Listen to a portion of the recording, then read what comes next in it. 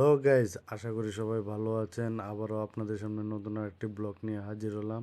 চলে এলাম মন্দিরে প্রবেশদ্বারের সামনে। আর প্রবেশদ্বার দিয়ে ঢুকতেই দেখলাম আশেপাশের পরিবেশটা এত শান্তশিষ্ট, এত পরিষ্কার পরিচ্ছন্ন এই মন্দিরটি। সো মন্দিরটি দেখে আমার অনেক ভালো লেগে গেছে। আর এই মন্দিরটি অনেক চমৎকার। এই মন্দিরটি মানুষের দুটি নামে এই মন্দিরটিকে চিনে। অনেকজনে চেনে উলঙ্গ বাবা মন্দির হিসাবে, আবার অনেকজনে চিনে বিন্দু ধাম মন্দির হিসেবে। আসলে আপনারা কে কে এই মন্দিরে এসেছেন আমাকে কমেন্ট করে জানাবেন। এই মন্দিরের ঠিকানা হচ্ছে কিশোরগঞ্জ জেলা বাজিতপুর থানা সরারচর ইউনিয়নে। আর এই সরারচর বাজার থেকে মাত্র 20 টাকা ভাড়া নিয়ে এই মন্দিরে চলে যেতে পারবেন। অতি চমৎকার, খুবই সুন্দর একটি মন্দির। আমাদের কিসের এত অহংকার? আজ আছি কাল নেই, টাকা পয়সা স্বর্ণ ধন দৌলত কিছুই আমাদের সাথে যাবে না। আমরা যখন কালকে চলে যাব, আমাদের শেষ ঠিকানা হবে। খুবই সুন্দর একটি শিবলিঙ্গ রয়েছে।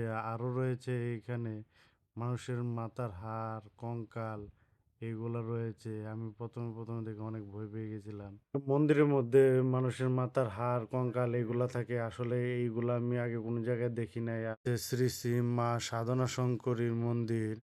আমার এই ভিডিওটি ভালো লাগলে একটা লাইক কমেন্ট শেয়ার করে দেবেন। আপনাদের একটা লাইক কমেন্ট শেয়ারে আমার এই ভিডিও করার অনুপ্রেরণা বাড়িয়ে দেবে। এসেছি সরাসরি বিন্দু দামে ভোগের প্রসাদ পেয়েছি। এই যে দেখেন, একটু দেখেন, মাছের তরকারি, আলু ভাজা, ডাল, অন্ন। আমরা সরাসরি বিন্দু দামে যে প্রসাদ পেয়েছি, এই প্রসাদ আপনাদের কাছে তুলে ধরছি। আর কে কে জানেন না, একবার হলেও সরাসরি বিন্দু দামে ঘুরে যাবেন। আর আমার সামনে যে জায়গাটি দেখতে পাচ্ছেন, যে পুকুরটি, এটার মধ্যে প্রতি বছরে অষ্টমীর স্নান হয়। অনেক দূর দূর থেকে মানুষ এসে অষ্টমী স্নান করে এখানে। আপনারা কে কে আগে কোনো সময় এই জায়গায় এসেছেন অবশ্যই জানাবেন। আপনার প্রসাদটা কেমন লাগতেছে?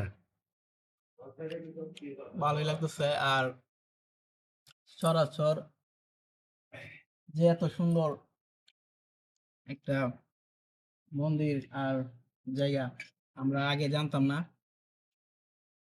অন্য একটা কাজে আসছিলাম, আসার পরে এই জায়গাটা আমাদের চোখে পড়লো।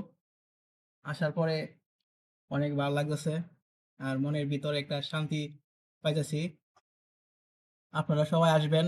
আর যারা যারা জানেন না, আমাদের ভিডিওর মাধ্যমে দেখার পরে অবশ্যই এই জায়গায় আইসা ঘুরে যাবেন আর মায়ের প্রসাদ পেয়ে যাবেন।